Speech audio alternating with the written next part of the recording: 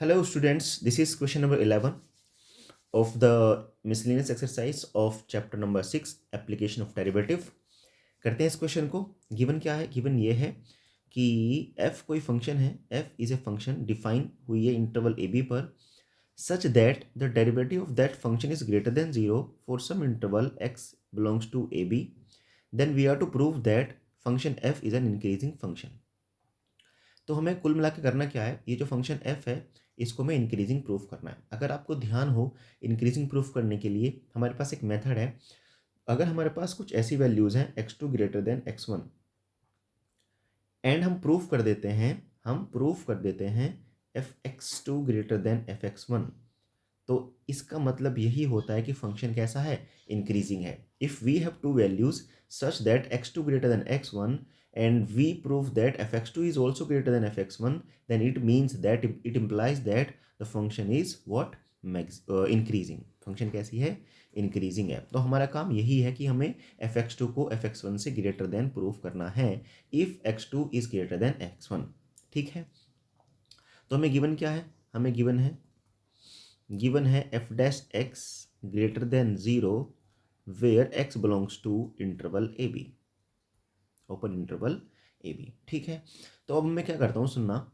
Late कर लेते हैं, हमारे पास कुछ पॉइंट्स हैं। लेट x1 x2, एक मिनट, x1 और एक पॉइंट और लेट करते हैं c, और एक पॉइंट लेट करता हूँ मैं x2, ये बिलोंग करते हैं इंटरवल ए बी को। हमने लेट किया है कि 3 points x1 c and x2 belongs to interval A B को बिलोंग करते हैं। और ये बिलोंग करते किस तरीके से हैं, ये पॉइंट कुछ ऐसे हैं such that x1 is less than c is less than x2। ठीक है, ये पॉइंट्स कुछ इस तरीके से हैं, x1 is less than c is less than x2। तो इसको देखकर हम बेसिकली ये कह सकते हैं, और हम ये कह सकते हैं कि x1 जो है x2 से लेस देन है, और we can say x2 is greater than x1। यहाँ तक तो कोई दिक्कत नहीं है। ठीक है, तो हमने अभी तक 3 पॉइंट्स लेट किए हैं, x1 c x2। ये हमने पॉइंट्स लेट क्यों किए हैं, क्योंकि इसको प्रूफ करने के लिए हमें मीन वैल्यू थ्योरम का यूज़ करना पड़ेगा। अब मीन वैल्यू थ्योरम क्या है वो मैं यहाँ पे लिखता हूँ। We know that mean value theorem mean value theorem क्या है, बस यही खेल है इसमें, यही इसमें ट्विस्ट है। अगर आपको मीन वैल्यू थ्योरम याद है तो ये तो बहुत इजीली प्रूफ हो जाएगा। मीन वैल्यू थ्योरम है कि if you want to find out the derivative of any function at any point, F dash X means derivative of a function and at point C means F dash C. तो you are finding out the derivative of a function at a constant at a point C. और इसको निकालते कैसे, इस derivative find out कैसे करेंगे, simply F X two minus F X one upon x2 minus x1।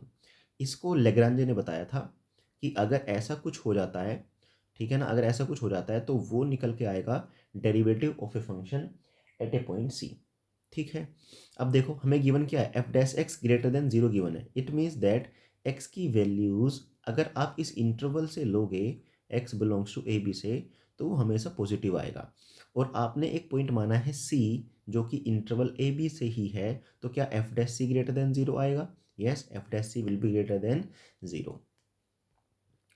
ठीक है, तो यहाँ लिखेंगे since c belongs to interval A B, therefore F dash C is greater than 0।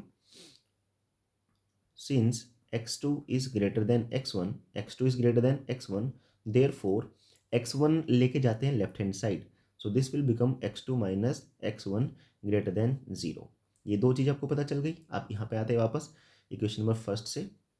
तो इक्वेशन नंबर फर्स्ट क्या imply करेगी, इसकी मल्टीप्लाई कर देते हैं, इस डिनोमिनेटर की मल्टीप्लाई कर देते हैं एफ डैश सी में। तो इक्वेशन नंबर फर्स्ट बन जाएगी F dash C multiply by x2 minus x1 equals to F X two minus F X one, right. Now F dash C is greater than 0, x2 minus x1 is greater than 0, f dash c is greater than 0, x2 minus x1 is greater than 0, so this overall function is greater than 0, so fx2 minus fx1 should be greater than 0।